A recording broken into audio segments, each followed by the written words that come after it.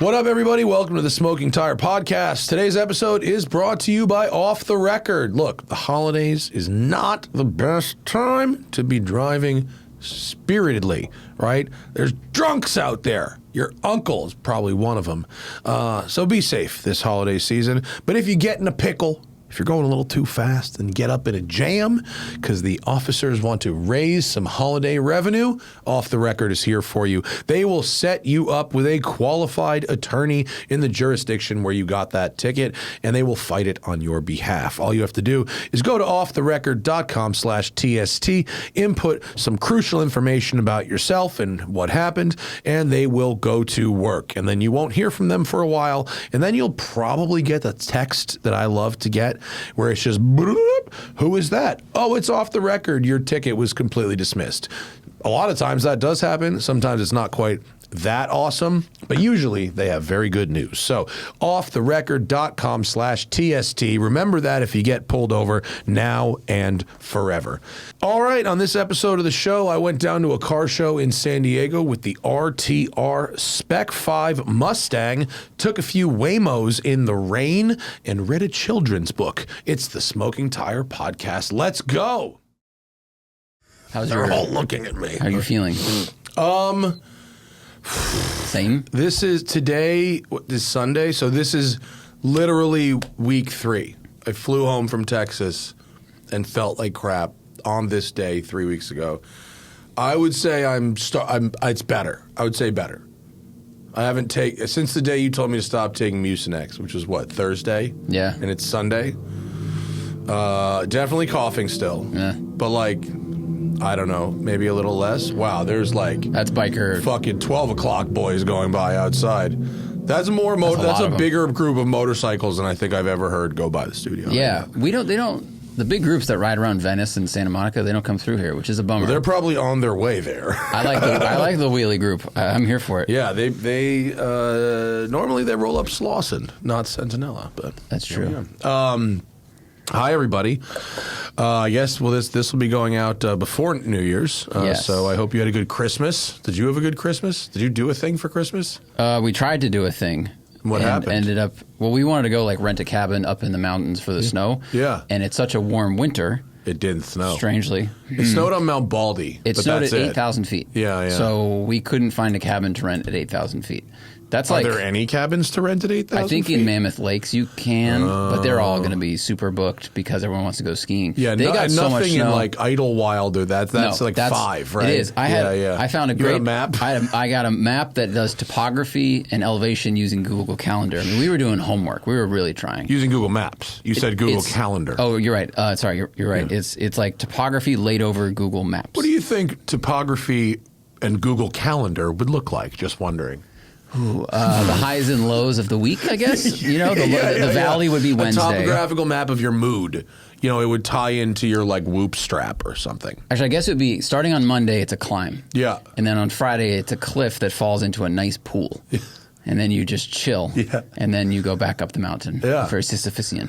All right. So you'd have to go to Mammoth Lakes or like Tahoe or something to get. Even Tahoe got snow, but when we were looking for houses that week, it was saying that Tahoe was going to be like 35 degrees at night. It cooled off for them, luckily, and they got pretty hammered. Good. Mammoth got so much snow, they closed the mountain yesterday. Wow. Because it was dangerous. There was an avalanche at, was it at Mammoth? I think it was at Mammoth. I think so. There was at a couple, and like 2 ski patrol guys died, I think. Yeah, it was bad. Yeah. They got, it was just, I mean, I saw a video of the flakes falling in Mammoth. Yeah. It looked like what you usually see in Utah. Huge snowflakes. I have never seen more snow in my life than Mammoth after a big snowstorm. I went up there with Steinman once after like a fucking dump, and I shit you not, we almost couldn't find the house. You couldn't see the house. There was nothing. Everything was buried. You couldn't see. You know, they had to like cut tunnels into like the gas stations and stuff. Like you're just driving through a fucking 20-foot deep wall of snow. It was the wildest shit I've ever seen. That's cool. I mean, it's cool if you get there once they've cut all the trails. Yeah, it was crazy. Oh yeah, two injured in an avalanche at Mammoth yesterday. Oh good, they didn't die. Yeah. All right. Yeah, I think they got a couple of feet per day. So anyway, we looked around for like how far are we willing to drive, and it was just going to be cold and rainy, which is like the worst. Yeah, so we didn't do anything. Yeah, might as well be here. It'll be mild and rainy. Exactly. It was a delightful rain in Los Angeles. I didn't do shit. But what I mean is I didn't do shit for work. I did a lot of unexpected entertaining. Yeah, you did. I cooked a brunch and a dinner for like 10 people each at my house, fucking like 2 nights in a row. It was a lot. I did a lot of home economics. You did. I haven't heard that term in such a long time. Yeah, it wasn't really economics. It was just cooking. Yeah, and cooking and spending is what it was. Yeah, you're feeding the town. Yeah, and now my nephew Cole is here. So fortunately, he's 17 and into photography and cars. So this is like a pretty easy one for me. Yeah, fairly light lift. But I'm playing tour guide uncle. But so I took him to. Rancho Santa Fe Cars and Coffee yesterday, which is a great Cars and Coffee down in like north of San Diego. I posted 0 pictures. Oh, okay. I posted 0 pictures. A lot of people posted pictures and took pictures of the RTR Spec 5 Mustang that I drove down there, which I did send you a picture of the car that I took on a different day. But it is a pretty cool looking car. It's basically it's RTR now has a partnership with Ford where it is an aftermarket company, but it can be you can buy them at some Ford dealers, sort of like a Roush or a Saleen would be, which is a pretty cool gig. I mean, we love JR and Von Gittin Jr., whose company this is, and like very proud of him. I mean, they have the Spec 3, which is a sort of the tuner Mustang you'd expect. Yeah. Full suspension, cool wheels, front rear fascia, some graphics, and a big ass supercharger. Yep. Like that's the tuner Mustang you expect, and Zach did a video with it. Correct. So full disclosure, they store these marketing vehicles at Westside. I didn't even tell them I was going to be talking about this car. I asked if I could borrow it to go to Cars and Coffee, and I didn't even say it. So I'm going to say whatever I want to say about this car, but I benefit financially from this car's presence directly. They pay me to store the cars here and my guys to deliver them to other people. So if you think that means I won't criticize the car, you don't know me very well, but there's your disclaimer. It's very true. That's so. Someone I was talking about that. Can you be objective to someone else? And I was talking to another journalist, and they were like, "Farah, I have seen you take their flight, take their hotel, take their wine, and then tell them their car sucks directly to their face. Like I've seen that before. Don't tell me the flight is going to bias you. Anyway, these guys pay me every month to park the cars here." So the Spec 3 Zach drove. You should go watch that video. The Spec 5 is a little crazier because it is a full, like, wide body car. It also has huge brakes. It also has a giant supercharger. It makes even more horsepower. This one's like 850 horsepower. And it's kind of like a GTD Light. That's sort of what they're going for, the wide body and the different geometries. Now, it doesn't have inboard suspension. This is not a Multimatic product, but it's kind of like halfway to a GTD in terms of it sort of has a GTD-esque look. It has a similar power figure and similar power delivery, but it's a stick, and you keep your back seat and you keep your trunk. So like. What is the exact price? Does it have a price on the website? I want to say it's like 160 grand. Yeah, I think it's 160 grand. Yeah, okay. So and then from there you can get them painted like crazy colors. Like this one this one is 002. It's silver. But the Bronco, the RTR Bronco that we have that Glucker's driving this week is Mistachrome. And if I was going to get an RTR car, I would spend the money to paint it Mistachrome. It looks so fucking cool. It's very, very cool in person, and I would, if I was going to spend $160,000 on this Mustang, I would 1,000% have them paint it fucking Mistachrome, because the Bronco looks extremely awesome. Yeah, that's it. That's cool. Yeah, the Bronco looks super cool, and that's the one, and it rides really, really nice on the road. I delivered it to Glucker myself. Which is a funny thing for me to be doing, but I did it.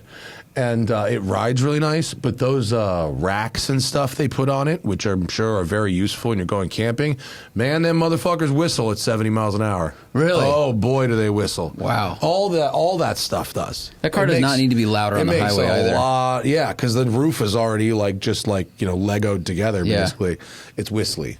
I think, but RTR didn't make the roof, but it just is what it is. I never thought, because I've seen, there's a car near your house actually. It was a very clean Bronco driving around with the gas cans, bolted to the side, and everything on the car was spick and span clean. Actually, if you're out there, shout out to that dude. He's a fan. Oh, he is? Yeah, that guy also has a cool Colorado. Chevy Colorado that's outfitted and stuff. He's got 3 or 4 different rigs. I just wonder if those cans whistle on the highway. Fuck yeah, they do. Oh yeah, the rack on my Safari whistled. That shit all does.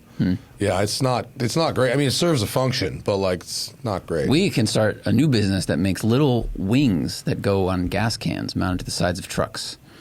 It's like the wind buffeting thing. Make them look like the arrow things on the semis? It's like the Thule rack on the front, but now it's a tiny one. Oh, man. But here's that's the problem for half the folks who have that stuff, and I'm not saying the guy who lives in my neighborhood has that, but half those people, it's you want it to, it's got to look like that. You don't want it to look, you don't want to put arrow things on there that just look silly. little fins. Yeah, that's true. Yeah, it's just that's the problem. You just can't go fast without it going. You're like, wow. So anyway, we drove this Spec 5 down there. It is very fast. It's very loud. Unlike the Spec 3, it does not have a quiet mode. It only has a loud mode. And so the 2-hour highway drive down there was I was fine for me, but it was a lot for Hannah. Oh, just a lot of loud. But essentially, this is $170,000 or $160,000, plus tax or whatever, is a ton of money for a Mustang. But if you want into a GTD, you're lucky if it starts with a 3. Wow, yeah. It's probably at this point, I mean, maybe it starts with a 4. I don't know. But even just MSRP, if you could get one, it's a 3 something for a GTD. So this is halfway. Folks, we got to take a break from the action real quick for Fitbod, sponsoring us today. Dude, I work out a lot. I work out 7 days a week. I think I'm a junkie at this point. But no matter your fitness level, the way to get to your goal is because you need variety, and that variety needs to be sustainable. The way I do that is I spoil myself, and I have a personal trainer come to my home. But that's not for everybody.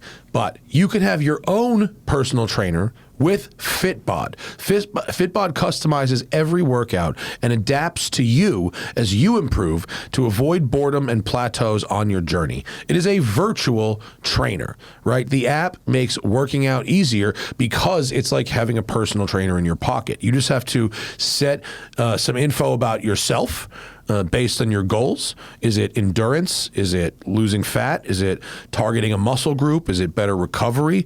And then the app follows you along that journey and adjusts with customized workouts based on those goals to maintain your intensity and maintain your variety, right? That's awesome, right? And as I've done this over the last 2.5 years, I've lost 55 pounds. I've lost 4 inches on my waist. I had to buy all new clothes twice. I'm on the verge of having to do it again, actually. And now I'm basically addicted to the gym. You know what I mean? And it wasn't actually something I tried for, but now I can't see not doing it. And each time I've gotten to a next goal, it's because I've increased the variety, and I wouldn't have done that without outside help. And I imagine even if you're working out pretty hard, I imagine you're probably not having as much variety as you would with that outside help. So 2026 is right here. It's time to change it up. Right? Level up your workout in the new year. Get that variety in. Have a new challenge. Join Fitbod today to get your personalized workout plan, 25% off your subscription, or try the app for free at 7 days by going to fitbod.me/tire. That's fitbod.me/tire. Fitbod.me/tire. 25% off. Let's get in some shape.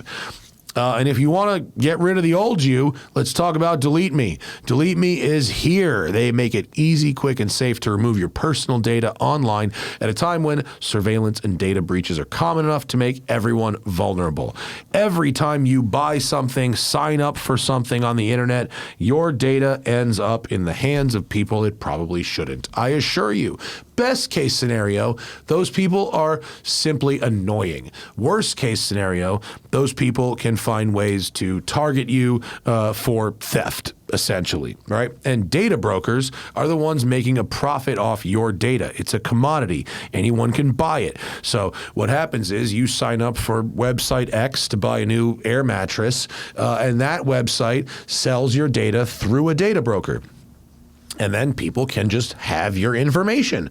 I don't know about you, but I don't like that very much. So when I signed up for DeleteMe, what I did was I gave them my personal information. I know, the irony. I also gave them the personal information of my family, closest friends. Again, the irony, I totally understand. But that's how they know what to look for. Then they go to work. You don't hear from them for a little while. And then they come back and they're like, hey, we found 1,200 instances of your data in data broker websites. Like, would you like us to delete? And you're like, yes. And then there's some other ones where you have to click a few extra approvals. There's some where you have to type your signature. There's some where you have to draw your signature. It doesn't take that long. Most are automatic. And then you don't hear from them again. And then, but your scam calls and texts sort of reduce a bit. And then they come back a month later and it's, only 300 instances, and you do it again. And then they go down and then it levels off at a very low point, maybe 100 new ones a month, because you can't stop it permanently. But DeleteMe is an ongoing thing. It's not a one-time thing. You join it, join DeleteMe.com/tire, promo code tire, and you can get 20% off. But it's an ongoing service. Every month they're going to look for these items. They're going to send you reports. If you have updated information about yourself, you can update DeleteMe, and they're going to be constantly seeking and deleting your information from data broker websites. That's how it works. Take control of your data and keep your private life private by signing up for DeleteMe now at a special discount for our listeners.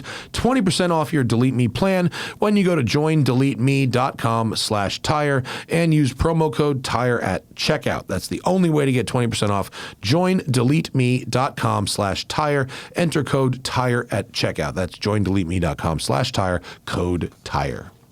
And support is coming in from Quince. With a new year, we're talking about colder days. I think this morning was the coldest day in LA that I've had in a very long time. This is the moment your winter wardrobe really has to deliver. So if you're craving a winter reset, start with pieces truly made to last season after season.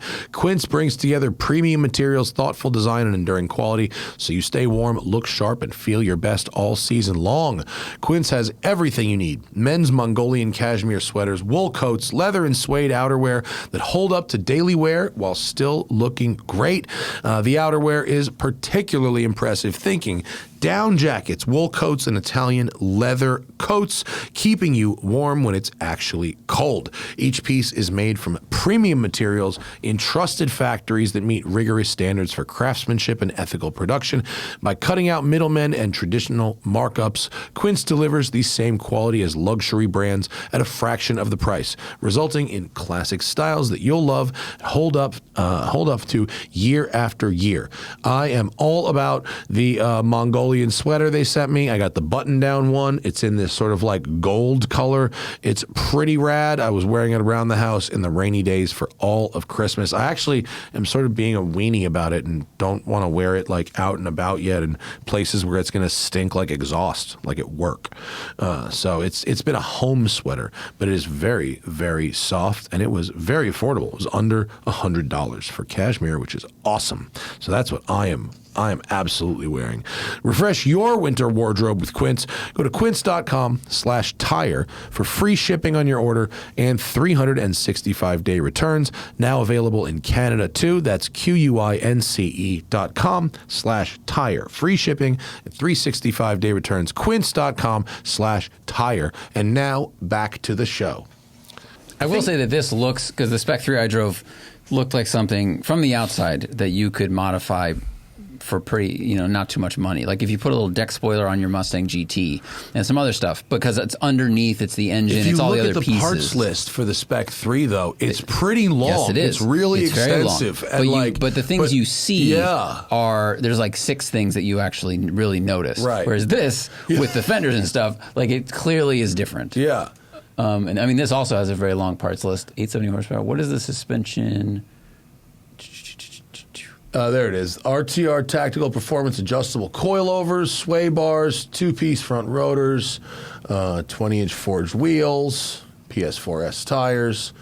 I wonder if it's the same suspension you get because the Spec 3 also was tactical performance adjustable stuff. I'm just curious if it was different spring rate or whatever. I'm sure it's damped and everything for this car. Yeah, and I think they changed the geometry, or is it just much wider wheels?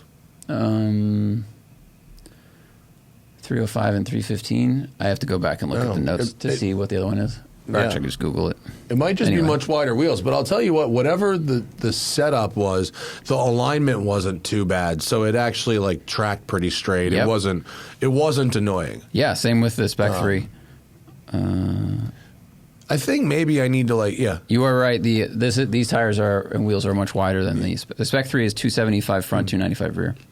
So significant. That's where it is. Yep. That's where it goes. So, but it was pretty cool, and that Cars and Coffee is like pretty heavy hitter down there. Mm-hmm. It's a lot of Richie Rich, and then also a lot of solid creativity and stuff. And so to get that much attention in a Mustang is good work for RTR. People are really digging it, and it is.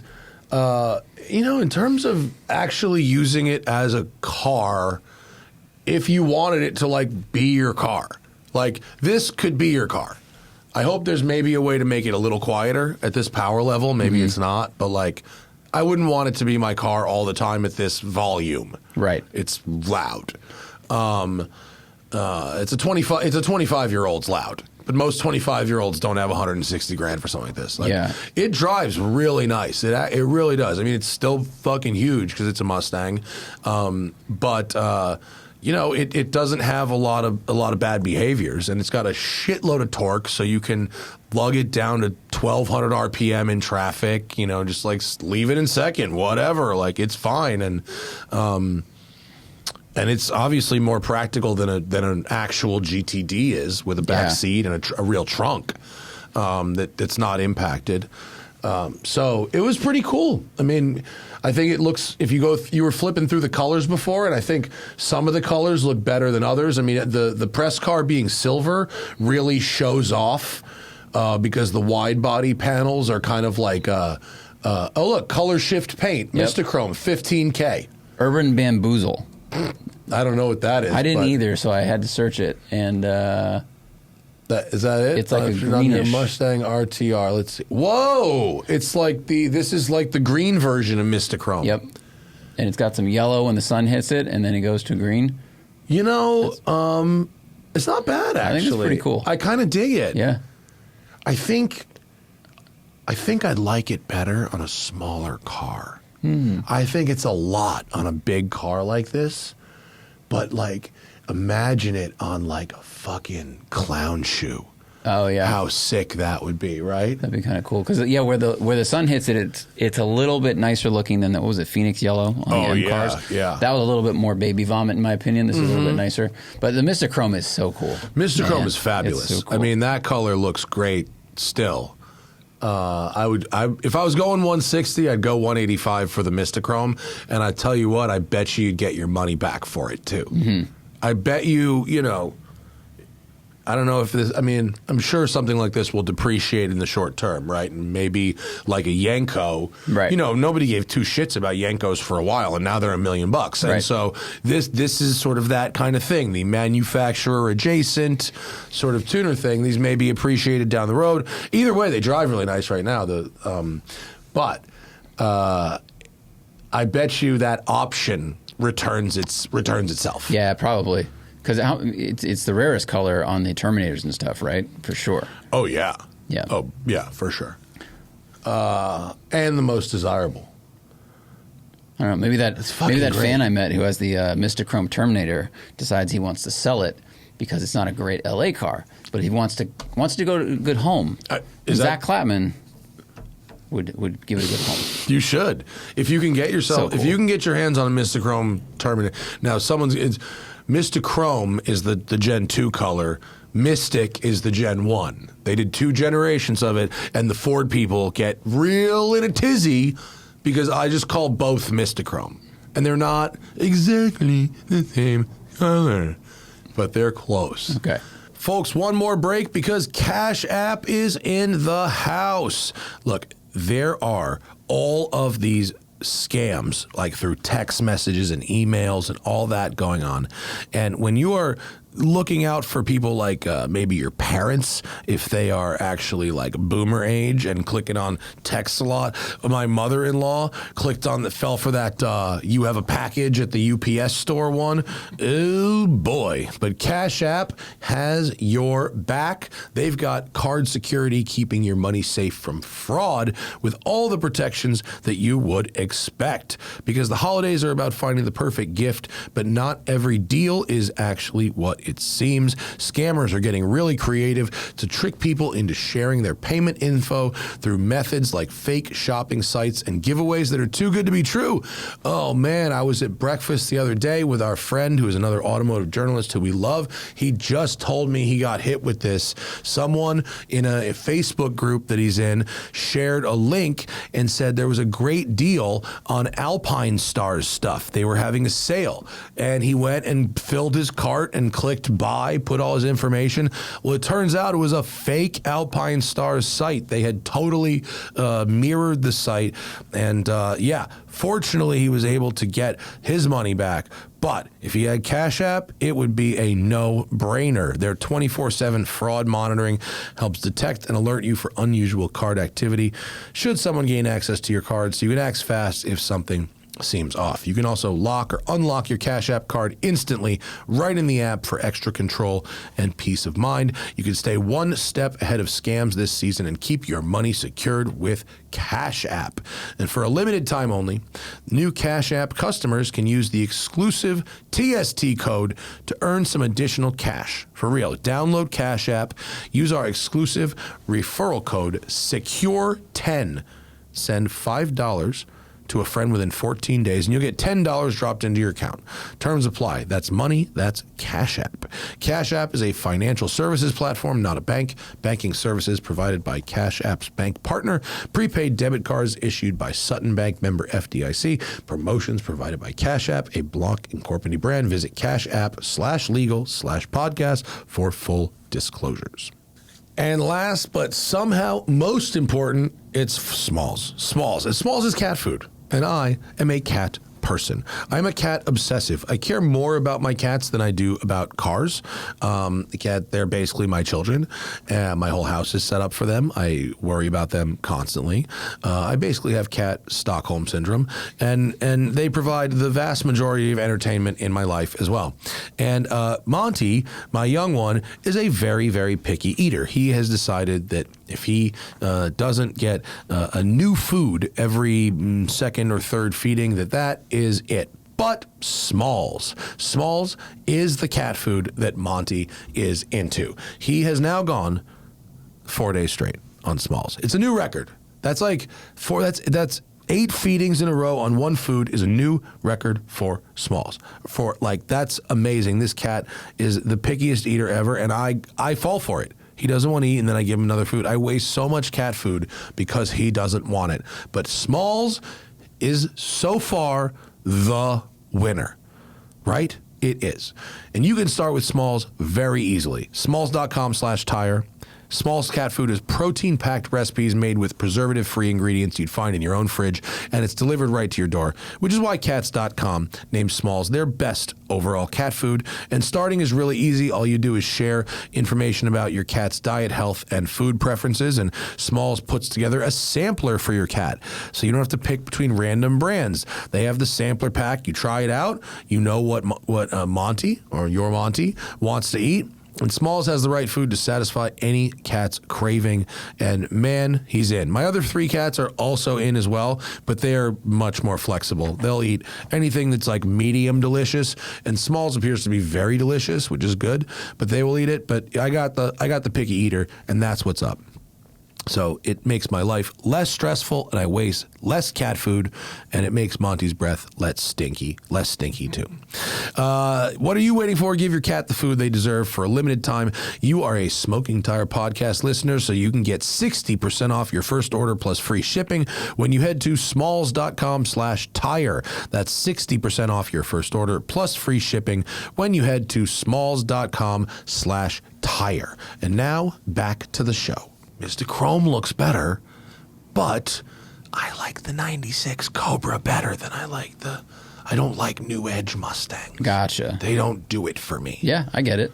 I think the 90s car is a better looking car. Mm-hmm. Overall, it's also just like that more organic shape I always like. Mm-hmm. It's just when I see that lower front valence that tells me Terminator, it's the only it just snaps in my head and I like it. You know, it's You have a Pavlovian response to the 03-04 front bumper of Mustang. You know, no one's watching Baywatch for the acting. Believe me, and that's what that is. Holy shit. You just dove into my head because I went to Chucho last night. You know Chucho, Dave and Sabrina's bar.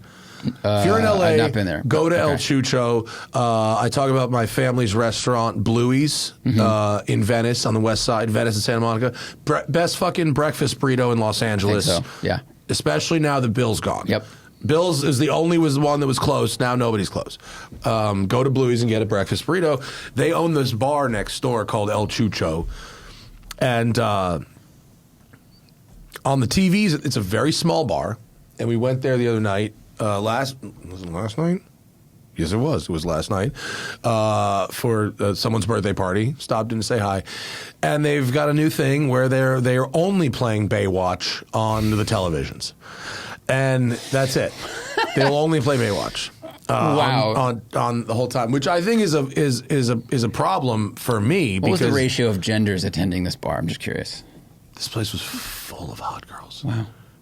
Which is, apparently, I had to be, I was like, I guess, womansplained by Jillian that I'm just old and don't get it, which is fine. I can, but, so here's the thing with this bar.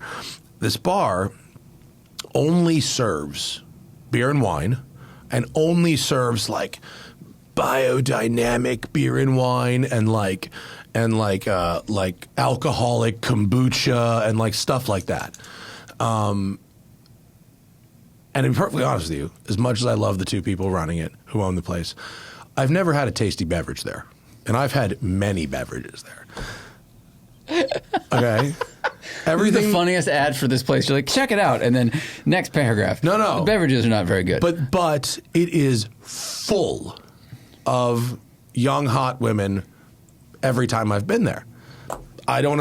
Is that like a thing? And it's like, it's not like a great space. It's like a tiny little box, and a pool table takes up half of it, and most of the square footage of the place is literally stools on the sidewalk. Which again, fine, but like, what is drawing that crowd to this place? I think the area it's in it's flanked by a mix of houses and apartment buildings. Like, that might sound dumb to people, but like in LA, there's places where it's just apartments, places where it's just houses. This has both. I think there's a lot of population density there. Yeah. And so to have a place that you can walk to, because the whole neighborhood north of that street is kind of expensive. And if it's a house, it's really expensive. And there's not a lot of bars, I guess, just in that area. There's not. But so it's the one magnet, and if it's like kind of aimed at being healthy, that helps. Yeah. And there you go. Yeah.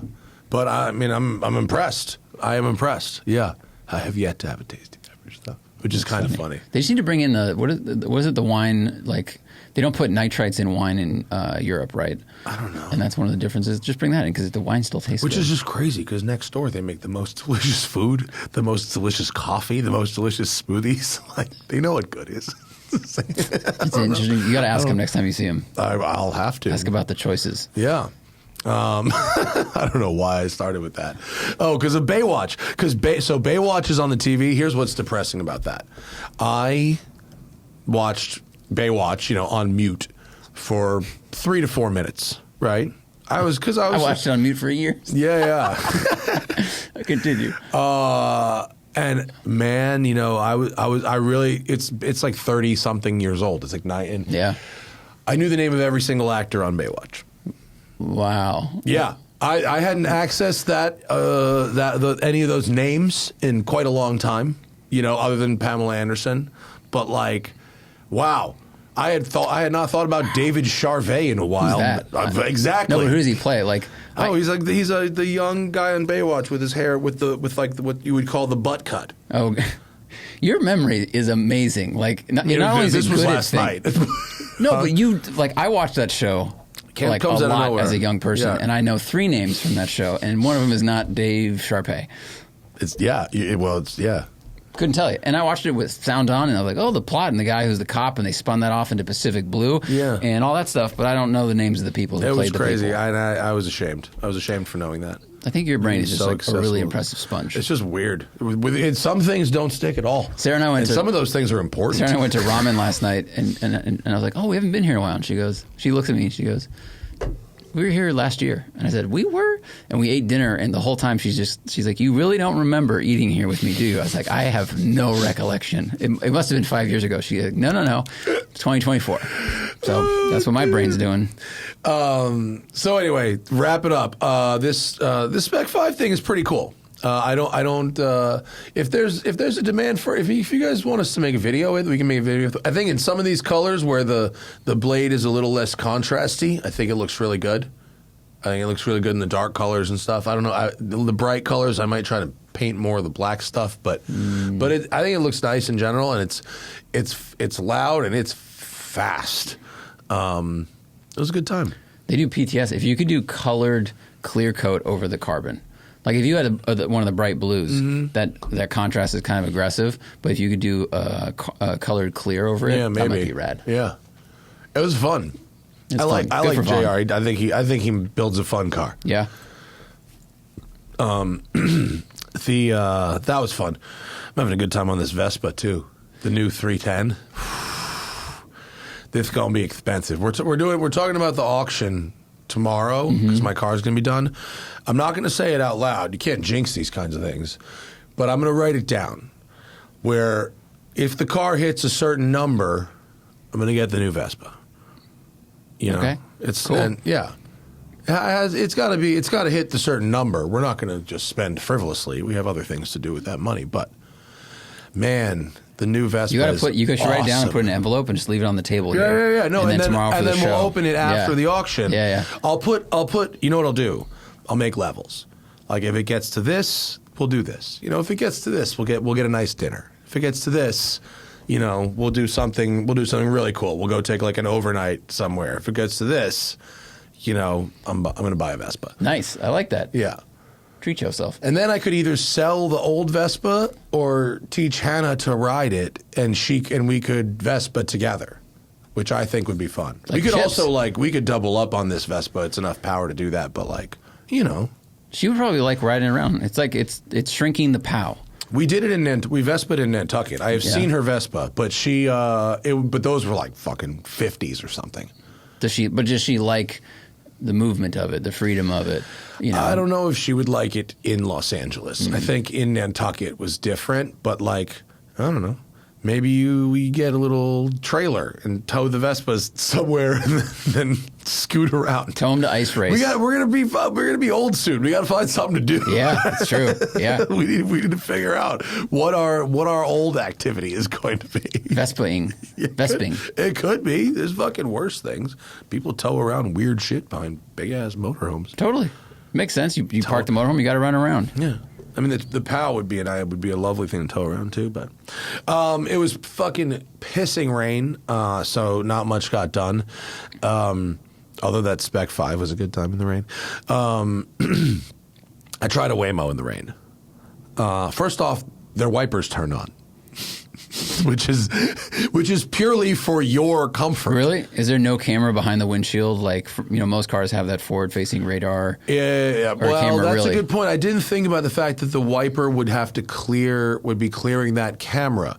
Okay, you're right. I'll have to look at that a little. Just can you pull up a Waymo? Let's pull up a photo of a Waymo. Let's see if.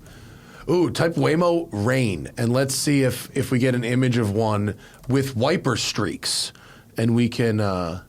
Let's just see if we can get. Can you show wipers, and do wipe? This is a tough mission to do in real time. I think it's possible that the wiper could clear one of the cameras, though. That's plausible, for sure. Either way, yeah. It was very good at driving. It was very cautious. It saw everything. It basically, in a 15-minute ride, and anecdote isn't data, obviously, but the data says they're safe drivers in the rain. My experience was it drove perfectly safely in the rain. However, I took it to my office, and as I say over and over, it drops me off in the back by the trash. Yep. Which, oh boy, when it rains, okay. How's the drainage? Yeah. So the alley. So fortunately, I was sitting in the back, not the front, and I was able to, crawl across to the other side where there was not a huge puddle. Oh, because if you had gotten out on the seat you were in, if I had just opened the door, puddle. I would have stepped into a puddle that was fucking deep.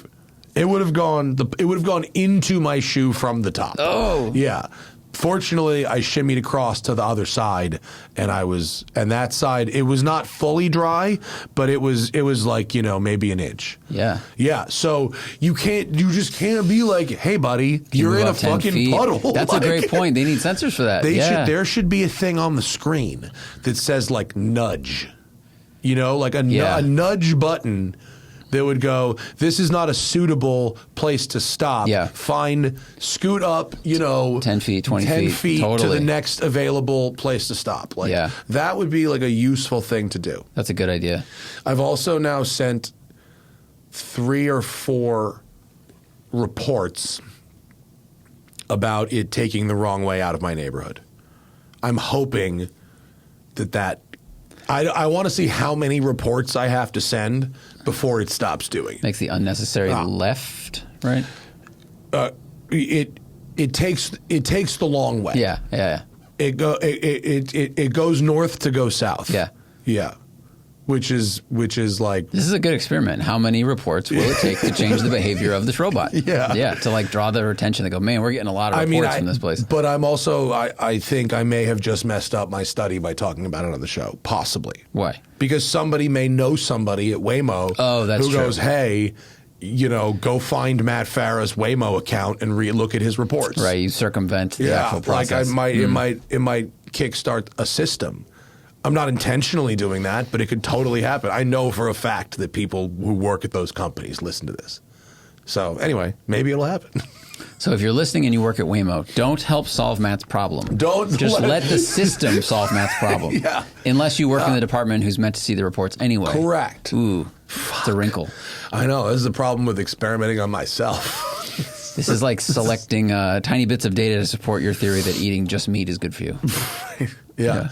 Or like deciding I'm like, going to be vegetarian for like, a random week of each month. Measles isn't bad for you, Matt. Yeah. But it was a good driver in the rain. I was pretty confident. My, we live and work right near the hub where these things like go to sleep. Yeah, basically. the hive. Yeah. And so I think there's a disproportionate number of them just in our area because they're always on, coming or going, in addition to the ones that are actually shuttling people around. But my nephew was just like, this is crazy how many, because he lives in Savannah, Georgia. Are there any? No. Whoa. And he was, he saw a couple last time he was here, which was like, a year and a half ago or something. But he was like, last night or coming home, and they're just like, I guess it was like shift change. So as we were coming by here, they're all like turning in there. And he's like, there's like 6 in a row. Like, did he ride in them with you? No, but we're going to take one to dinner tonight. Yeah. Yeah. I'm curious what his take is as a young person who might be, up on new technology and far more malleable than we are. Yeah, fully tech. Right. Bored, not like had an iPad at a very young age. I'm curious if he'll just go, yeah, this makes sense, or if he'll still be shocked by how good it is, even though he's had technology for a long time. I mean, almost everybody has exactly the same reaction, which is, wow, this is incredible. And then within 2 or 3 minutes, they're scrolling on Instagram or something, which is a crazy thing that, like, just people just go, okay. Like that, like that. They just, like, it doesn't do anything crazy for like 2 minutes. And they're just like, this is safe. It's funny. That's how quickly we get used to something or trust something. I do it assuming it's dangerous. Like, I seriously do. Like, I do it, like, for my own, like, scientific research, assuming, like, something bad will happen. Driving the Myers-Manx is like that, too. That's probably more dangerous. It is. Well, it definitely is. But driving that thing around, I'm like, I am really enjoying this, and I understand that this is very dangerous. Oh, sure, but the joy overwhelms the danger. Yeah, it's like anything that's dangerous. Yeah, I do the math, and, like, joy wins. It's like, it's like 90-10 joy. Yeah.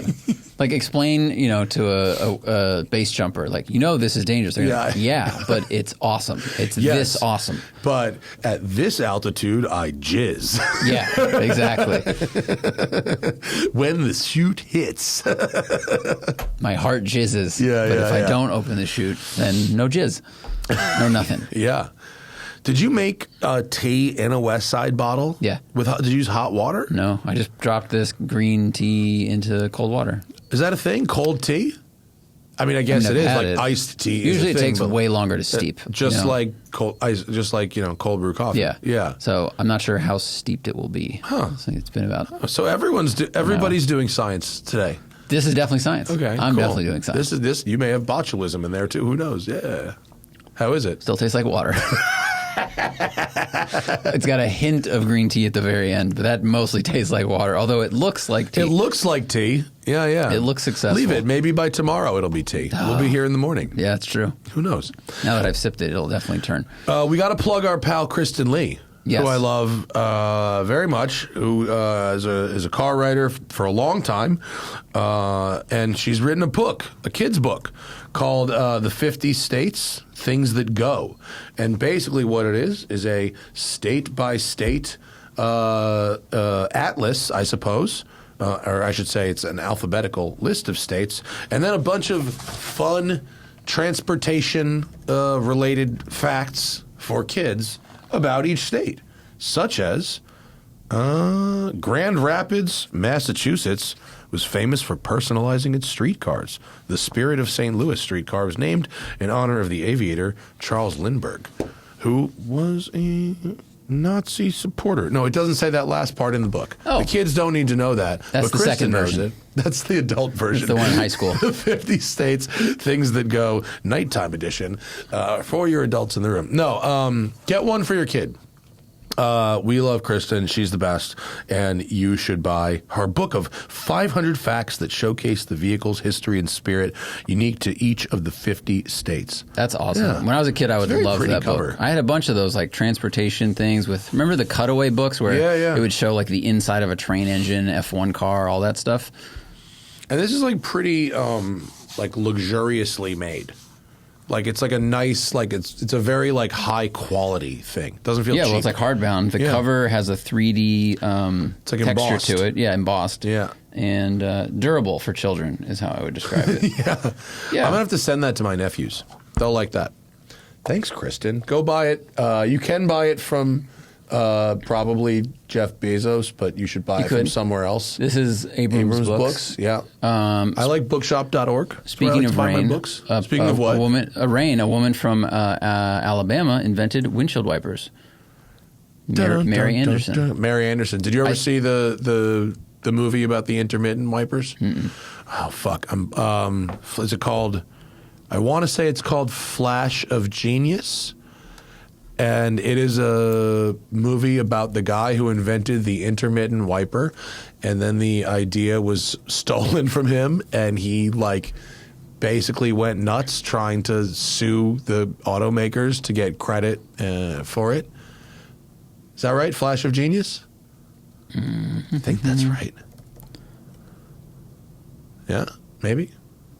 The internet. Is the internet letting you down, Zach, today? No, I'm just... He developed intermittent windshield wipers based on the idea he patented, yes. Yeah.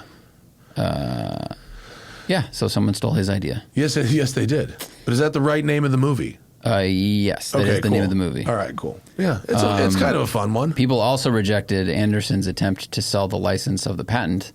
They thought her device was lacking commercial value at a time when cars were still relatively rare. Her patent expired in 1920 without having gone to mass production. And then, of course, by the 20s, Cadillac began installing wipers as standard features, using designs that followed the basic principles of her device. America. She was inducted into the Inventors Hall of Fame after she died. Cool. And her family gets generational wealth from that, right? All right. I have bad news, probably. I don't have time to look for it, but I'm just going to guess. I'm going to guess they do not. Yeah. Yeah. Speaking of patent changes, before we go to questions, I want to talk about this EPA thing real quick. Did you see this last week? Well, I remember talking about how when they did that little funky thing where they didn't change the fuel economy standards, but they got rid of the fines. Right. I remember saying, he's basically getting rid of fuel economy standards and being called alarmist by a couple of people. So I'm sorry, go on. So this was a story the administration talked about a week or two ago. They want to relax EPA standards on vehicles. And the statement they've put forward to the public, though, is that this will make cars cheaper by almost $1,000, without specifying how, of course. So they say, hey, the cars are going to get simpler, which means they're cheaper to build, but it's going to be cheaper for you to buy a car by up to $1,000. This is what they stated. Mm-hmm. So I got a message from someone who wants to remain nameless. They work for a very large car company at a pretty high level. They want to keep their position also hidden. Mm-hmm. It rhymes with Chevrolet. No, I'm not even going to get that close. But basically, this person said, I had put out a post saying I think this is going to be BS, and he's like, "You're right," because OEMs will only save around $1,000 per vehicle on average with these changes. And they said, my company is not passing any of that along to the consumer as a price reduction. OEMs will get a little boost in profit. And he said... No, but trickle-down economics. Right. It trickles down. They're getting hammered on tariffs. So this person said, why do you think these companies are going to want to help you save $1,000 when everything's gotten more expensive for them to build cars? He did say there's a small maintenance benefit. So I asked what that was. This is, quote, the predicted maintenance benefit will be very minor in terms of its impact on total cost of ownership. They're looking at getting rid of things like active grille shutters, high-efficiency alternators, and stop-start. So that means the active grille shutter motor won't break anymore. That is something that they have to repair under warranty a lot. Mm-hmm. The alternators and starters used for auto stop-start are more expensive. Today I looked on Napa Auto Parts and stuff. I couldn't find the difference between. I was looking up, a truck starter. I couldn't find one that was designated as for auto stop start or not. Every starter I found was basically $300 to $500. You'd probably have to compare one from an F-150 that from the last year before it was standard. Then I tried to find that because I know that some of the companies sunsetted stop start during. I don't know why COVID. I just said F-150. By the way, I don't know. It's because you have there's literally an F-150 on the screen. Yeah. It's not because this person works for Ford. I have no idea. So if someone knows, if someone put in the comments auto stop start starters cost this much, but for the non-auto system it's this much. It's probably just a more durable starter. It's going to be starting more. So it's probably just more, just better made, Well, the auto stop start gets used more, obviously. It gets used every time you're driving, 5 times a mile, depends on your drive. So they have made them more robust, but it's going to break down. They might be fucking starting and stopping 100 times a day. For sure. Yeah. So that is definitely a part that's going to wear out more often. Profit something. And that's funny when they talked about the maintenance. I was my first thought was because they're eliminating diesel exhaust fluid. That's what I meant by lower cost of ownership. Oh yeah, that's possible. That would be bad. Diesel exhaust fluid, it works. It does work. It does work. It works. And then I did some math. So for people, if you're enticed, I did by this $1,000 thing. What'd you major in college? Communications. All right, cool. But just I took math. So the current average fuel economy nationally is 24.4 gallons. Let's call it 25. Miles per gallon. Miles per gallon. The current national average price of fuel today, according to AAA, is $2.82. So if you drive 12,000 miles a year, you use 480 gallons of gas, you spend $1,353 on gasoline. If the average goes down by just 2 miles per gallon based on these changes, your fuel cost will go up to $14.71, and if it goes down 3 miles per gallon, it goes up to over $1,500. So basically, if MPG goes down by 3 miles per gallon, you will spend that $1,000 in 5 years of owning the car. So the $1,000 you save on the MSRP, if they give you that savings, you spend it within 5 years. And what's so interesting about this is in 2022. Previous administration put out a story saying, hey, we want average fleet economy to go up to 49 miles per gallon. It was projected to save people $1,400 at the pump, but cars were going to cost $1,100 more. So it's pretty funny that both of them are both administrations were doing the same thing for people's pocketbooks, just in different directions. Yeah. And of course, there's environmental effects by reducing EPA standards. Yeah, if you could have every car, have the average be 49 miles a gallon, sure. And I imagine that average is probably calculated by a bunch of cars being EVs. That's fleet average. Yeah, so that's a super high number. Right. I was just using. I found average miles per gallon for small light vehicles based on NHTSA, and that was at 25 miles per gallon. And this also assumes that gas stays 282. Sure. Now, if it goes down, obviously you save more money. But if it goes back up to 350 nationally, that's a problem.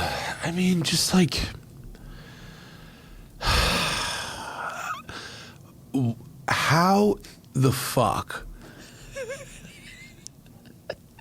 And I hope everybody knows that I like cars. I do like cars. I'm not trying to say we need to get rid of cars. But how, if you live on the fucking earth, are you not just under a common understanding that these cars should probably burn less gas over time? How is that a fucking controversial political opinion that hey, the chemicals coming out of the back of this fucking truck or car and the amount of flammable fuel going into the front of this truck should probably be less over time? Fucking rockets. Is this it's crazy that isn't just a baseline of being a human. I know, well, but we know the campaign started in the 70s by Exxon to put forth disinformation about the effects of people on climate change.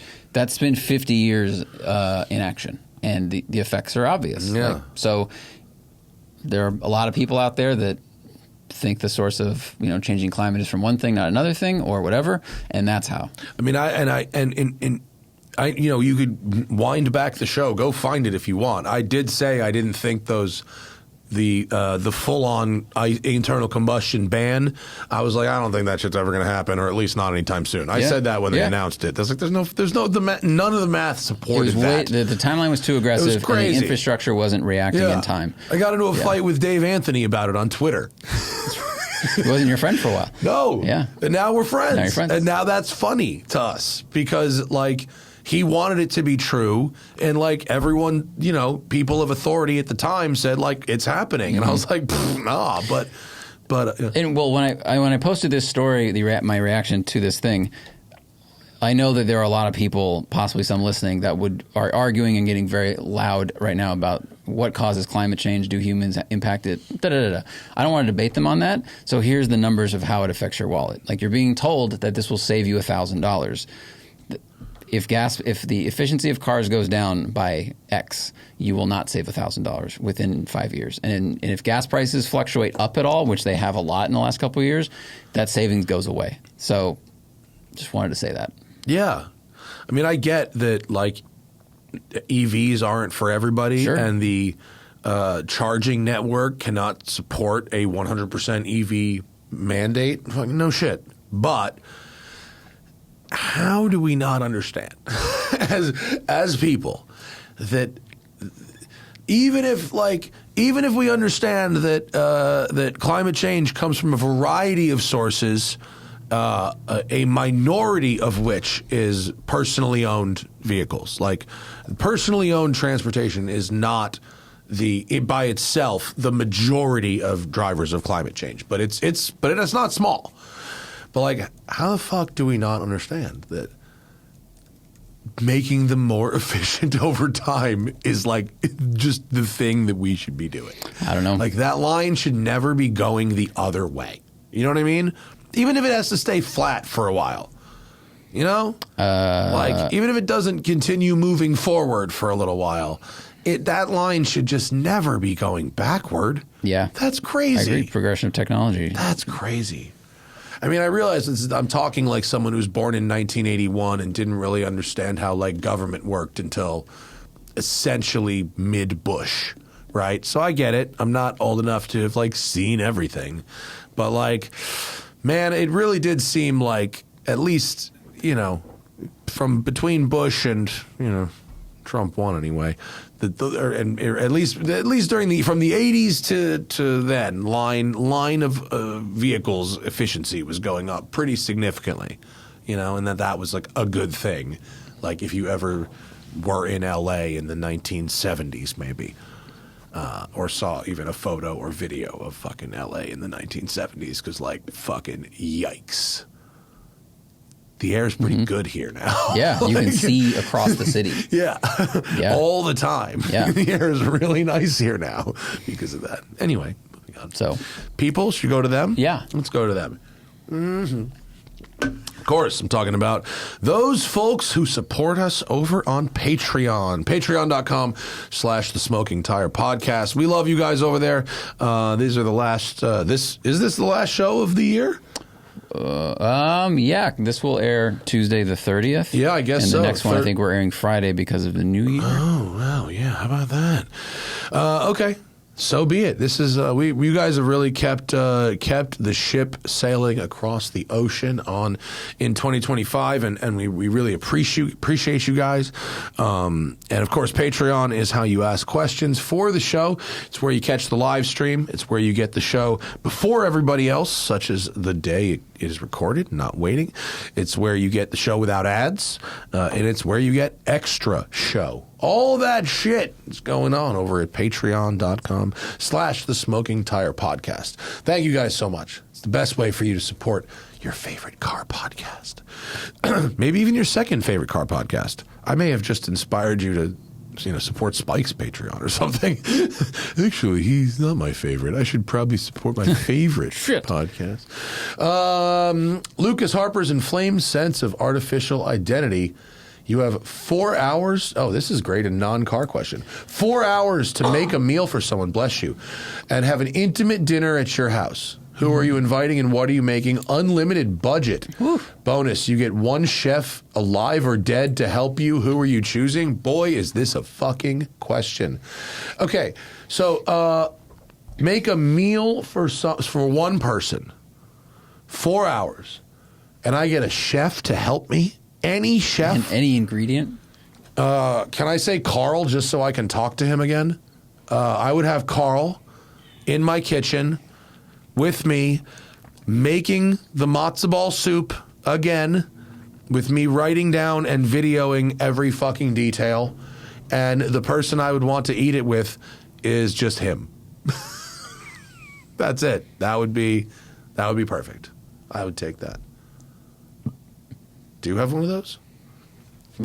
I mean, I'd probably choose Bourdain so I could just talk to him and learn things. Oh, that would be another good choice. I would try to make whatever the greatest Italian dishes he knows how to make for Sarah, because we love Italian food. But yeah, that would be the choice. I'd probably, if I was going to have Bourdain make me something, it would be steak frites. Because he worked at, it was Leal. He made thousands of steak frites. He probably made a real good steak frites. 575 Super Dave America says, if you could give the Safari treatment to any Ferrari, what would it be? Safari is a good name. I really like that. Best Ferrari Safari. Well, the obvious answer is the FF or the Lusso. Right. But it would look cool. It would look extremely cool. If you wanted to go a little more classic, the 308 rally cars were really exceptional. Yeah. That's like pretty much what that is. Dude, an old Daytona would look cool. Meaty. It would be meaty. Yeah, meaty fitment, lifted and stuff. That would be picture awesome. the 240Zs that are safaried out, and then you could easily imagine what the Daytona would look like. That would be bitchin'. Right? And then why don't you think we see more safari cars in urban areas with bad roads? I mean, I think that was not a thing that people were interested in doing until, it obviously was a good idea. I mean, 2018, when I got my Safari 911, the title of the article I wrote for Road and Track was "A 911 Safari is the ultimate city car." Mm-hmm. So I don't think this was an unknown idea, but I think a lot of people are not really willing to compromise their sports car for that. It also changes the value of that car a bit. It can go up, but it can also hurt it if people aren't into what you've built. Right. Beep Beep Noodle is the username ChatGPT gave me. I have a 2019 Volt. GM has a history of giving up on good ideas after pumping tons of money into them. Truth. But don't you think ditching the Volt tech system is near the top of that list? I do. I think, especially now that plug-in hybrids are the thing. I think GM they were there first. Mm-hmm. They had a great system. The Volt was a sweet plug-in hybrid in 2013 that worked really good. 2009, the Volt came out. I had a 2013, but they were fucking awesome. But yes, I do think it is. I mean, I think they could go back. I do think they could pivot to it. They were there already. They could make it again. But yeah, it does seem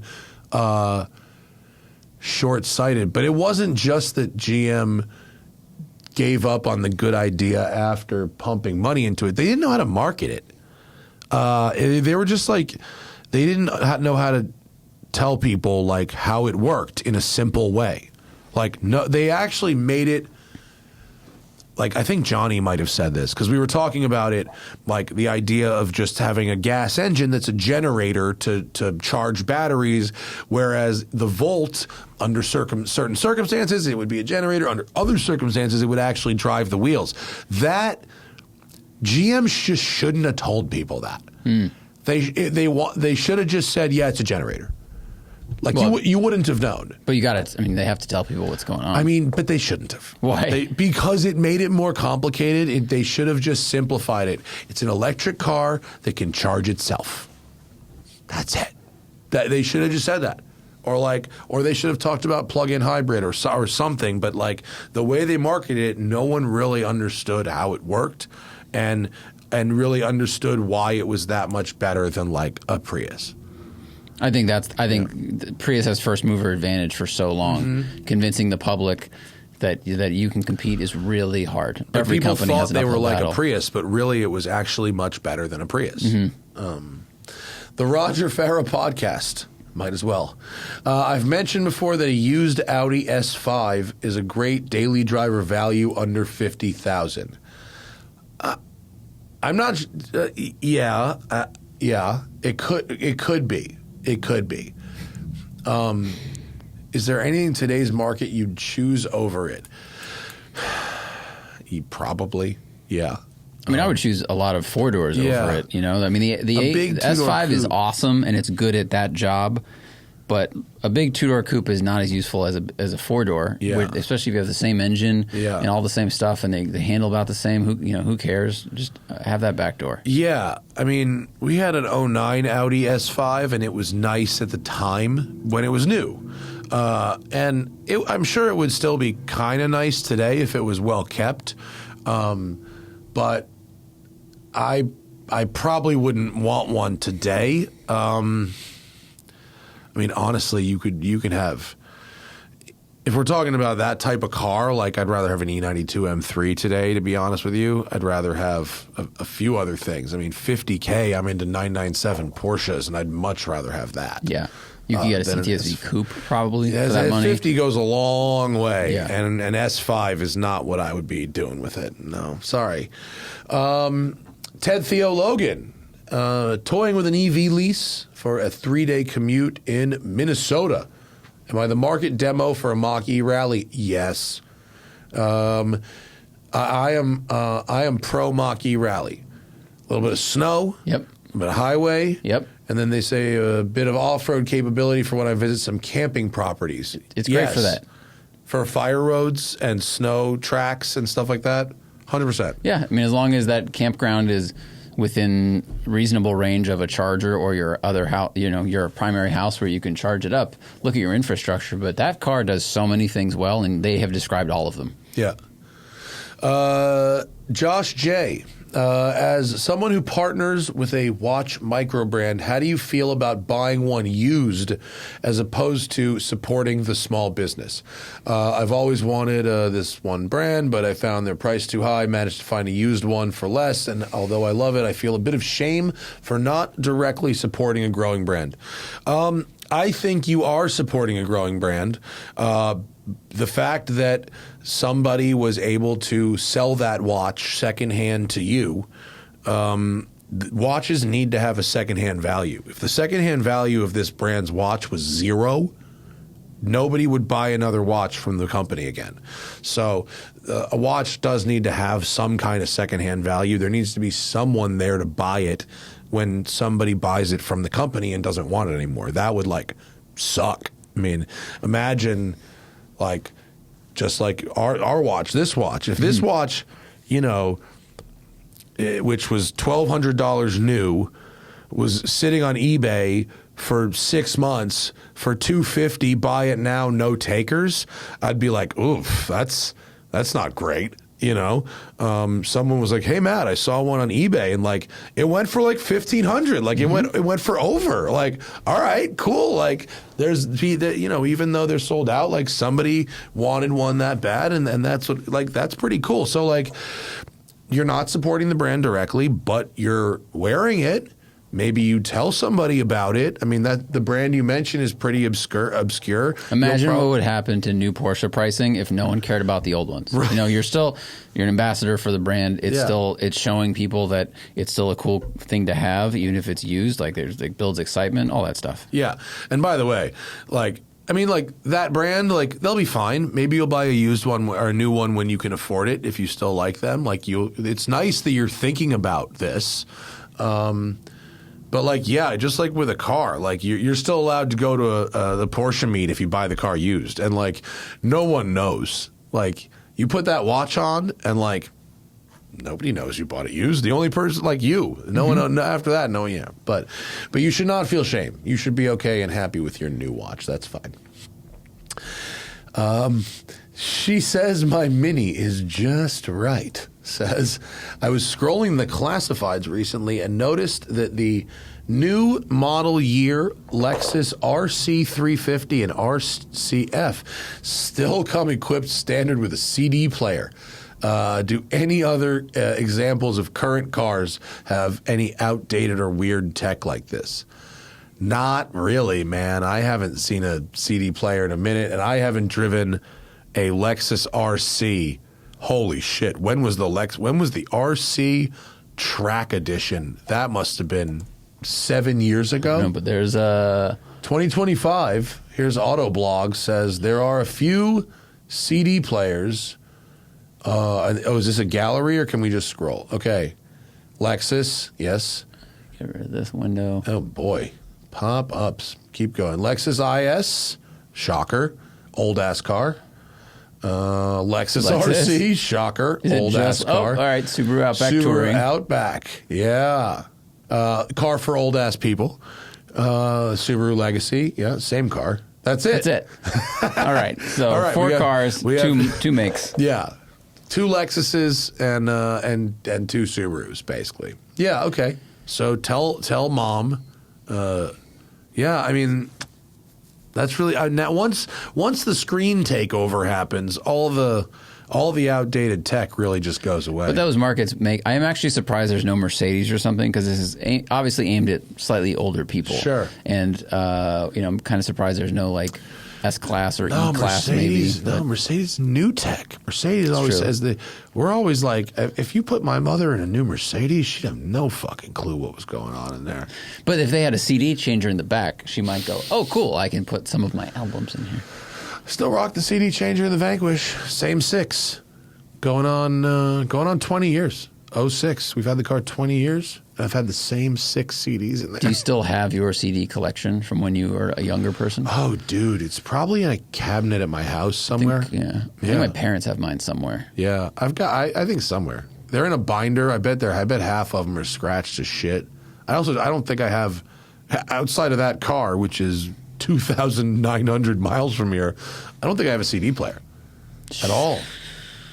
Neither do I. Not anymore. Took mine out. Yeah, and my computer doesn't have one. The one in the NSX, which I will only own for a few more days. Oh, no!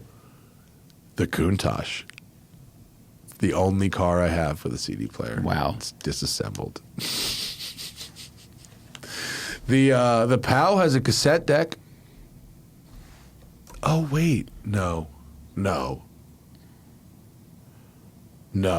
Does the Delica has a Clarion double din, but does it tilt down to reveal a CD player? I don't think so. Or does it just tilt down to go into the dash? It doesn't go. It's not a flip out. Oh, it's a fixed double din. Okay, but it might do one of the. It might be like a kneeling. Mm-hmm. But because I don't have. But I don't know. It's been too long. You got to hit the button, or it might have a tape deck back there. That's what mine had. No, this isn't. This wouldn't have had. I don't know. Anyway, all carbon tubs go to heaven. If electric turbos and electric superchargers are not powered by the engine anymore, are they not basically the same thing? I would say they are, unless. So far, now I can't say this about an electric supercharger because I've not examined one in great detail. But the electric turbos that Porsche use are still partially powered by exhaust gas. They're not fully electric. The exhaust gas does take over at a certain point. I forget exactly what RPM it takes over, but there is a point at which the RPMs are the flow of exhaust gases is enough to get that thing going on its own, at which point it starts harvesting electricity. Electric superchargers, is there a point, Zach, in an electric supercharger at which point the power of the accessory drive belt, which would normally drive, overtakes the electricity? I'm trying to look. I don't think so. I think the big difference, though, is that by definition, turbochargers at some point use the exhaust gas to power that turbine. Right. And with a supercharger, it's always powered by an external source, right? It's always powered by the belt or the other belt, or in this case, electricity. So maybe that's how, and maybe the PSI for a turbocharger can ultimately get higher because it uses that exhaust gas as it spins up. So I don't know, like, if you know what the PSI of the new 992.2 turbos is. I've never heard. It's like 30. It's in the 30. Like I've never heard of a supercharger getting anywhere near as much boost as turbos make. New Turbo S gets 26.1 PSI boost. So I don't know of any supercharger that makes that kind of, unless maybe you're talking about a diesel. So the stock GT500 from a few years ago made 9 PSI. Yeah. So a third, yeah. Nobody. Good question though. Yeah. And now we know the answer. Nobody cares about my G70. Fight the good fight, brother. I've been reading Autonorama as per your recommendation, and it's great. Any other good books you've been into lately? I just finished The Image. It's from 1962, and it will make you want to bang your head into a wall. In case that's the kind of thing you're interested in. It basically talked about the problems that we're having with algorithmic news and silos of information and news about nothing and influencer culture in 1962. It's fucking crazy. It's so crazy and so frustrating. It's called The Image. And the foreword is written by Douglas Rushkoff, who wrote Survival of the Richest, which is also a must read because it's fucking crazy. It's basically about what billionaires actually think is going to happen and what they're actually trying to do when the inevitable apocalypse comes. Oh, good. Yeah, it's good. That's a feel-good movie of the year. Zach, do you and I think we're included in those plans? Nope. In some form, serfdom. My only hope is for you and Sarah and me and Hannah and the 4 cats and Tucker to get in the Delica and go to the Yellowstone Club. And hope they let us in. I was not expecting that answer. That's our only hope. We met once. I can cook. Yeah. I know how to make matzo ball soup. God. Carl taught me. I was just going to be like, let's just steal a sailboat and head somewhere else. That's the real, that's the real plan.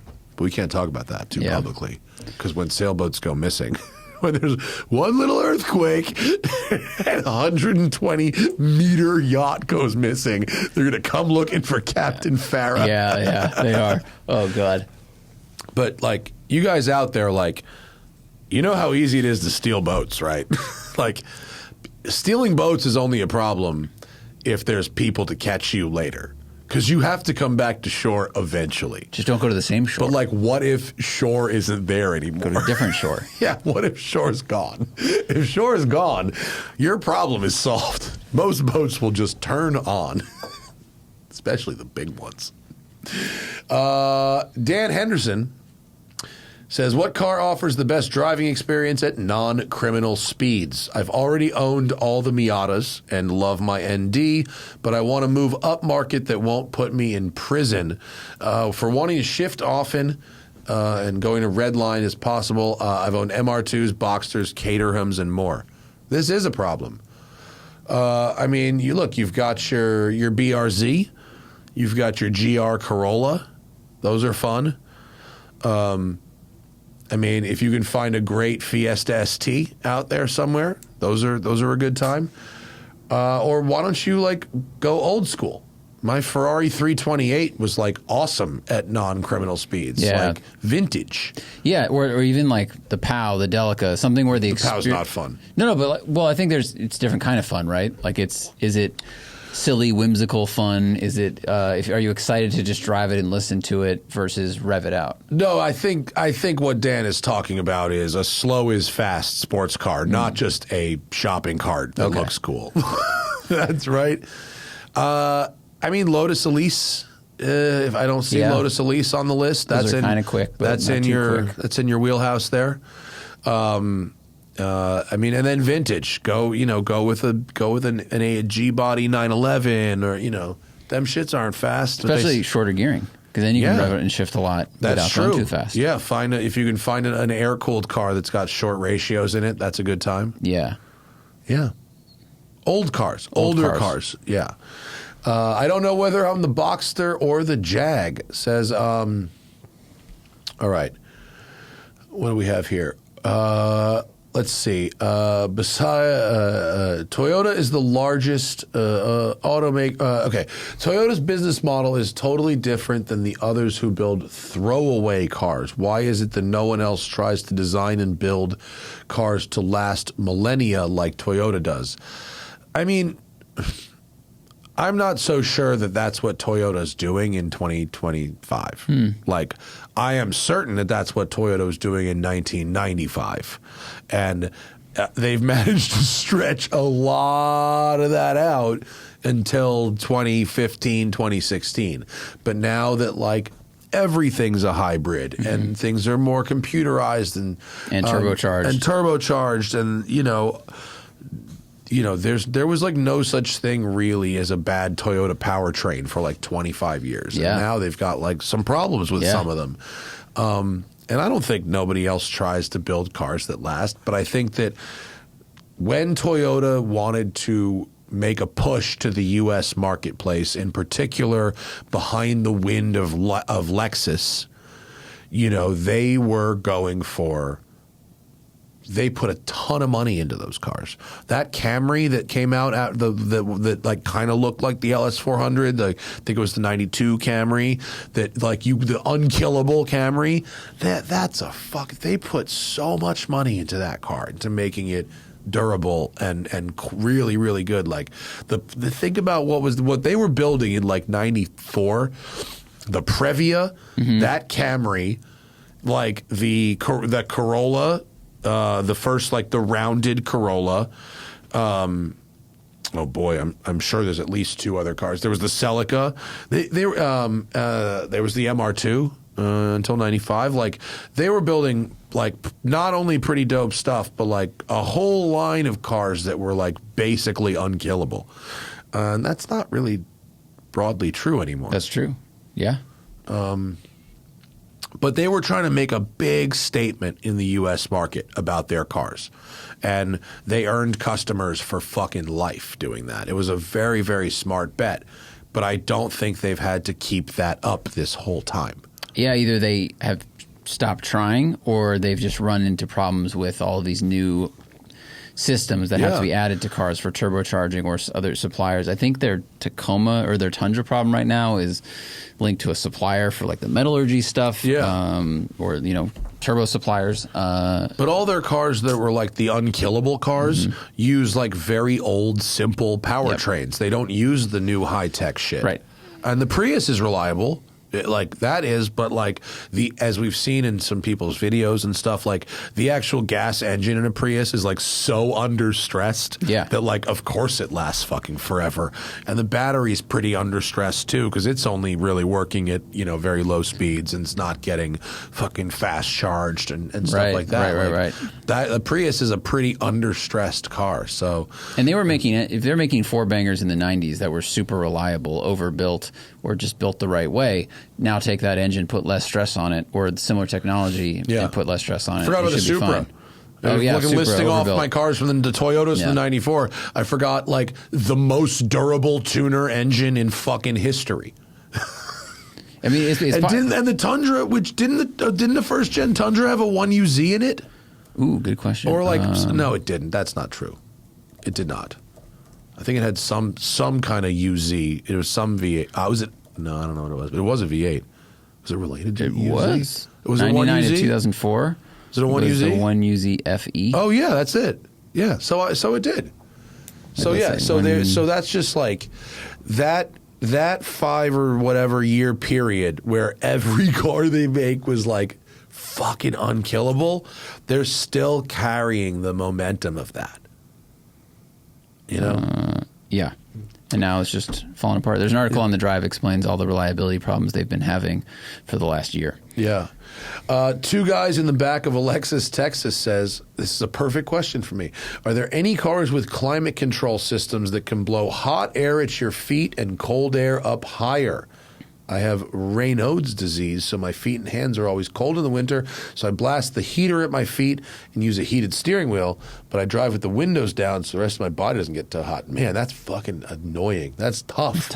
I'd rather leave the windows up and blast the heater down low and AC up high, but I haven't found a car that can do that. Boy, do I have a car for you, sir. Let me introduce you to the 1991 Bentley Turbo R, which can do that. Fucking crank it on your feet, crank the AC on the rest of your body. It had the two dials for each side, right? Yep. Wow. Because I haven't seen a new car that has that. Yeah. Bentleys. Yeah. 80s into 97. The newest one you get is a 97. Matter of fact, you know what else you could do? I'm pretty sure the Wraith. I'm pretty sure you get the Rolls Wraith. Okay, the cheapest car. Can you please, on the Googles, get me the interior dashboard, like the dashboard view of a 2004 Rolls-Royce Phantom? This may be the cheapest. You put 2002, and that is not a car that exists. Is that what you said? You need 04. 04 was the first year, at least in America. We need the interior. Let's see if you have the double dials in that Phantom. Can we see the dash, please? There's your shot. Do we have a high and a low? Open. I don't think so. Open. I don't think it has it. I can't see him there. You may be able to find like a real shitty Phantom for the right amount of money that has it. No, it doesn't. Okay. Yes, it does.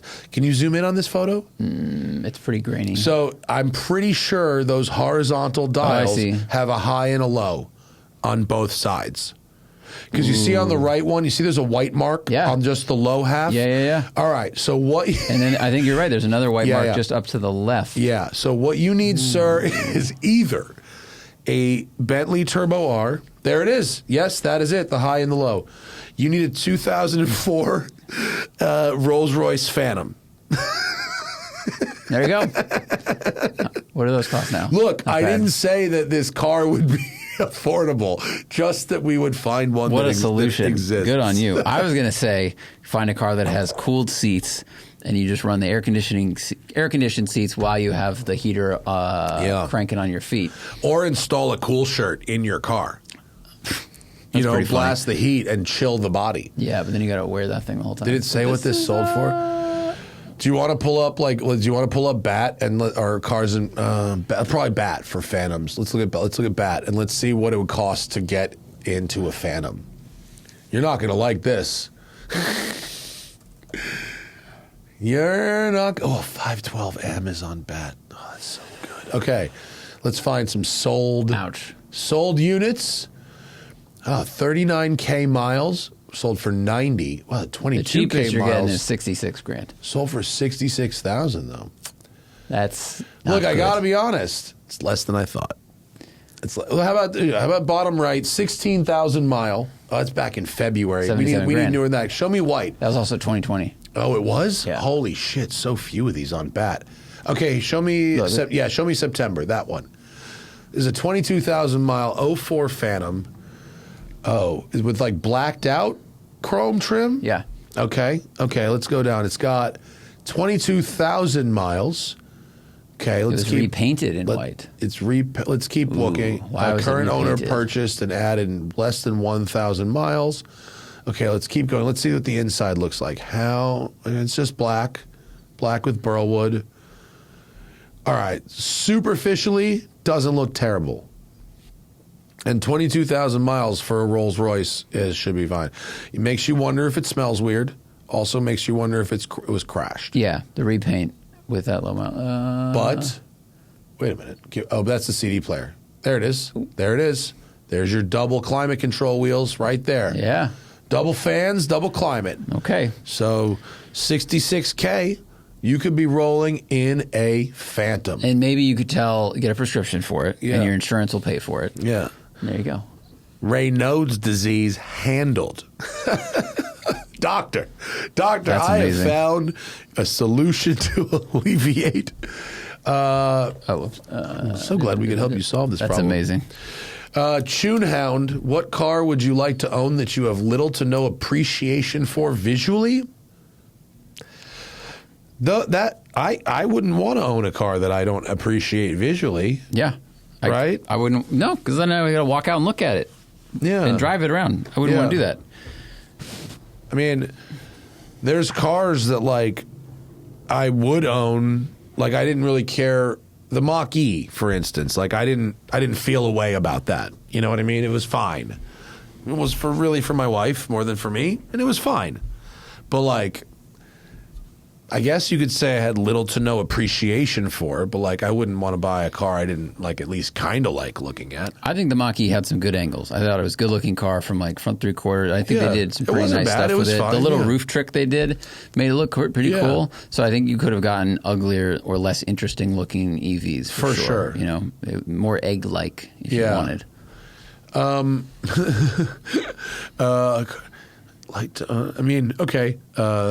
No, because all the exotic stuff like kind of looks kind of cool. I don't think I have one. I think there has to be an appreciation for it visually. What Blurple says? What cars are you most excited to drive next year?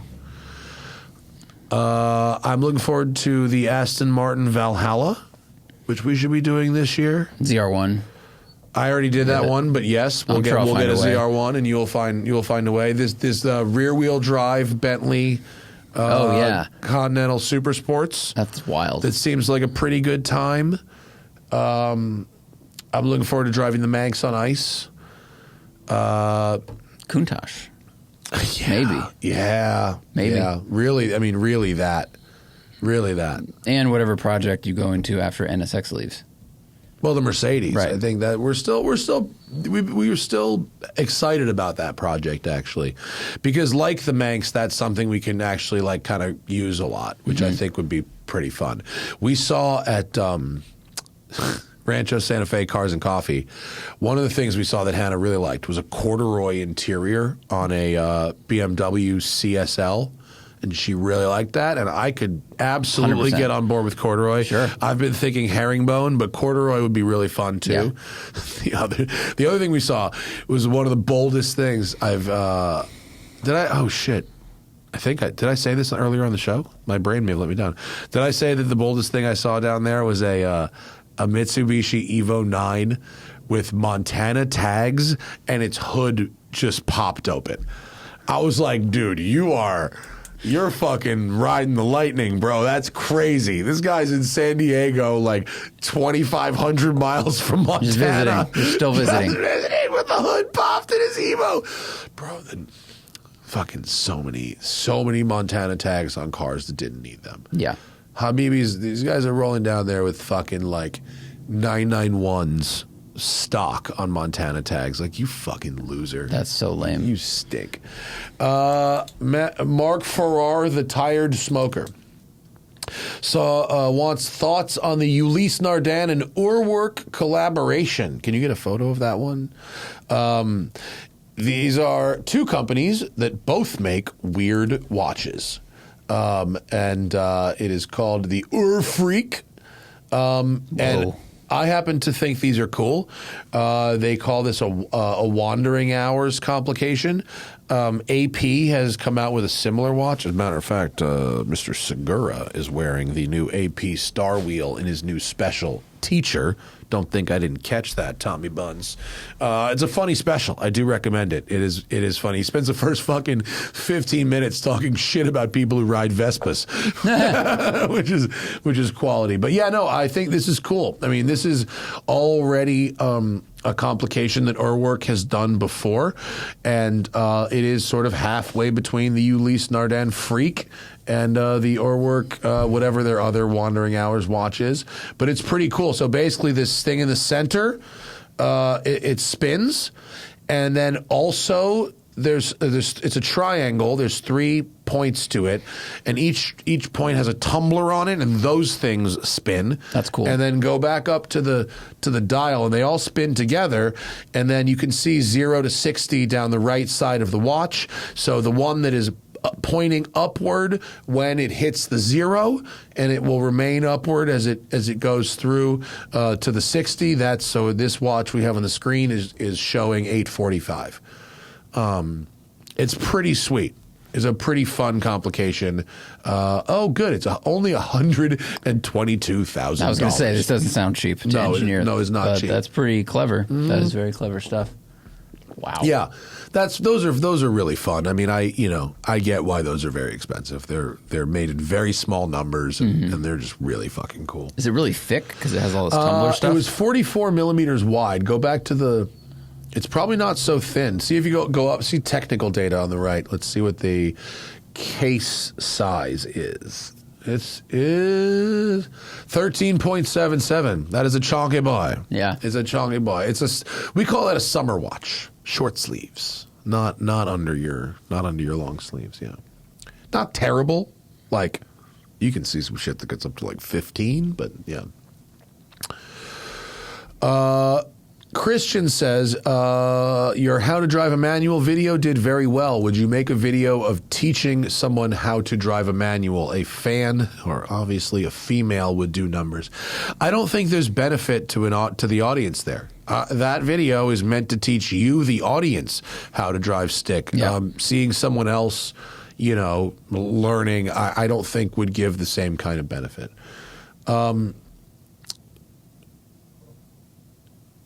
Gin and Taconic State Parkway. Would I ever do a personal garage tour video?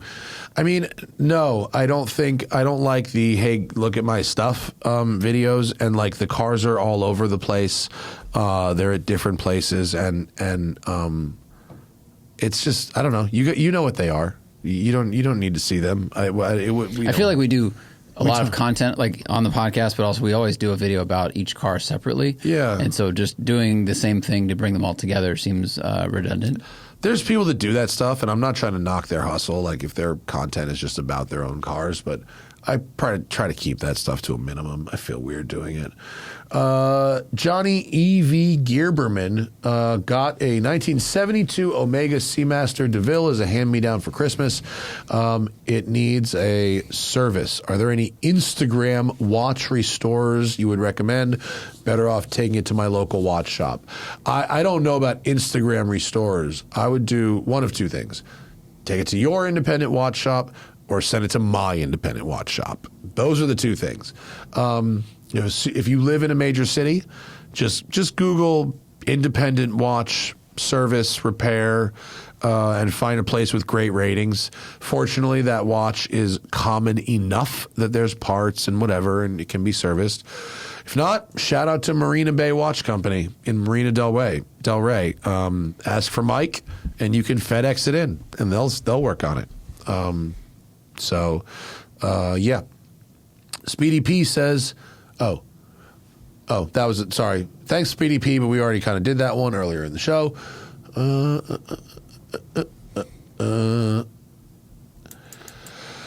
Xander Davis 15 says, what do I do as a civilian to get the knowledge that you gained by getting the press watches without spending stupid money and buying the wrong watches because they look good on Instagram? That is easy. You try them on. I mean, excuse me. I should rephrase. That is simple, not easy. Like, almost any watch has a way to try it on somehow. You might have to go somewhere. You might have to, order one that has a return policy. You might have to find a watch group where maybe one, but like the only way to do that is to try the watch on. I was fortunate. I got to wear it for like a little while.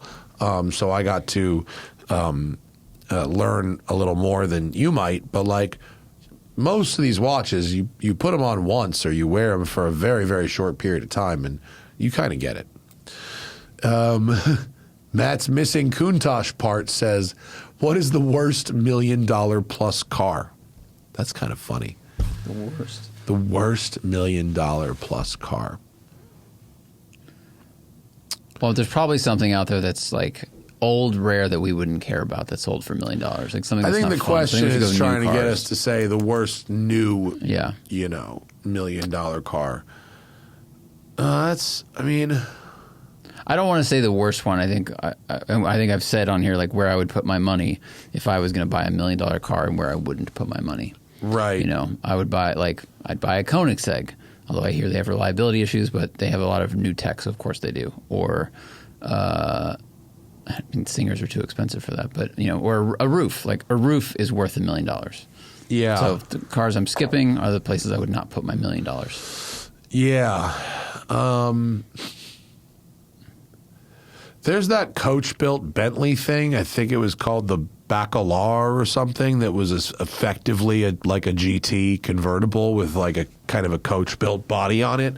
And that was $1 million, and that you could have that. I mean, I'm sure there's like some Mansory cars, where the price that's added it's 20 or 50 grand of carbon, but they charge 100 or 200 for it, where it adds to the price tag, and I don't see the value there.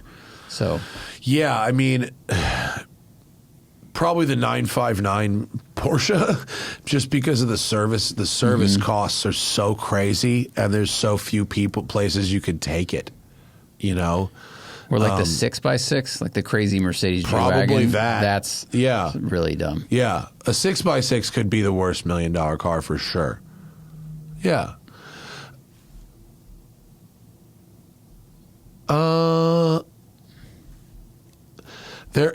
Well, Dre from Houston wants a story on a car that there isn't a story on, unfortunately.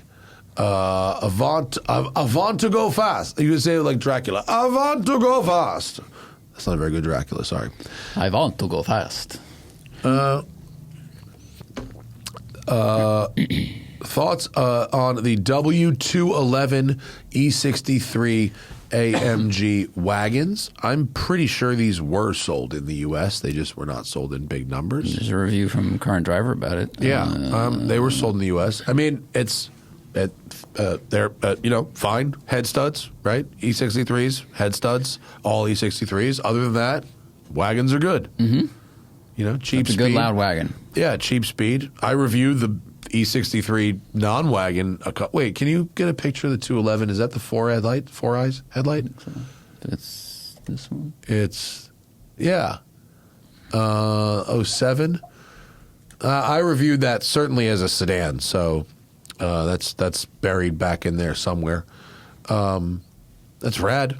Yeah, fast wagon is good. No new revelations on old E63s though. Let's see.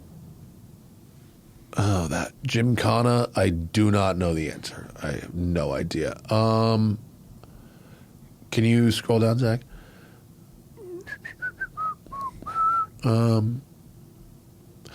Chris from Colorado says, a few episodes ago you talked about this ground-up 911T that Zach drove. You said mileage doesn't matter for a full restoration, which makes sense. Is it a thing for people to buy aftermarket odometers and start it at zero? Like Singer does that at zero. So what should the cutoff be for restarting an odometer? I mean, once a car has been like fully torn down to nothing,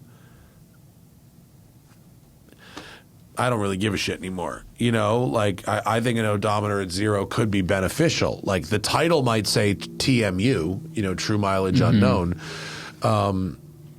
It would have to be a pretty big build. Gunther, Singer, they do 0 mile cars. Did you know what this one was? Did you remember? What the odometer said? Was it rolled back to zero? I'd have Did to it go. look I like don't think so. I'd have to look at my stuff. I don't think it was rolled back to zero. It wouldn't make much of a difference for me, please. For me, please. I don't know why I said please there. What is the cutoff for me? I would say if I was tearing a car down to the shell, I would consider it.